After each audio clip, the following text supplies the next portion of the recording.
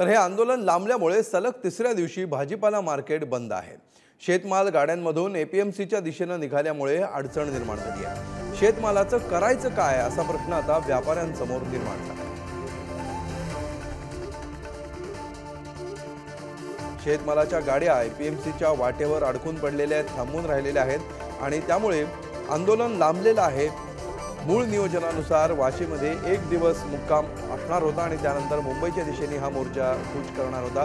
मात्र सध्या मोर्चाचा मुक्काम नवी मुंबईमध्ये आहे आणि सलग 3 दिवस हा मुक्काम पडल्यामुळे एपीएमसी भाजी मार्केट सध्या बंद ठेवण्यात आलेले आहे। मात्र याचा फटका दुसरीकडे भाजीपाला घेऊन येणाऱ्या अनेक व्यापाऱ्यांना बसतो आहे। शेतमालाच्या गाड्यांना वाट पाहत ताटकळत उभं राहावं लागलंय आणि हा नाशवंत माल असल्यामुळे आता काय करायचं असा प्रश्न व्यापाऱ्यांसमोर निर्माण झालाय।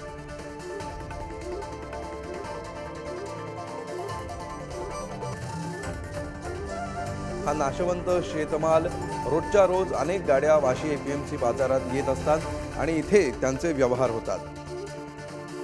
याविषयी अधिक माहिती घेऊया, आमच्या प्रतिनिधी शिल्पा नरवडे सध्या आपल्या सोबत आहेत। शिल्पा, अनेक गाड्या अडकून पडल्याचं दिसतंय, काय नेमकं चित्र आहे? अमोल, जे मराठा बांधवांचं आंदोलन आहे, ती पायी दिंडी आहे, ती नवी मुंबईच्या दिशेने आलेली आहे, मुंबईच्या वेशीवर येऊन ठेपलेली आहे।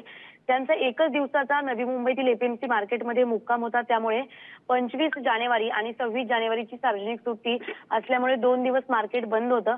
मात्र आज जरांगे पाटील यांनी यांची भूमिका स्पष्ट करून एक दिवसाचा मुक्काम पुन्हा एपीएमसी मार्केटमध्ये ठेवण्यात आलेला आहे आणि त्यामुळे एपीएमसी मार्केट पुन्हा उद्या बंद ठेवण्यात आलेलं आहे।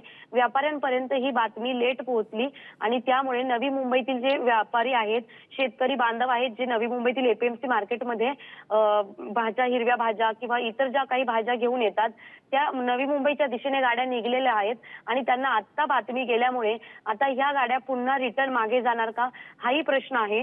त्यामुळे शेतकऱ्यांचं मोठ्या प्रमाणात नुकसान होणार असल्याचं पाहायला मिळतं। शेतकऱ्यांचं मोठं नुकसान यामुळे होत आहे। आता पुढे काय करायचं असा प्रश्न त्यांच्या समोर निर्माण झालाय।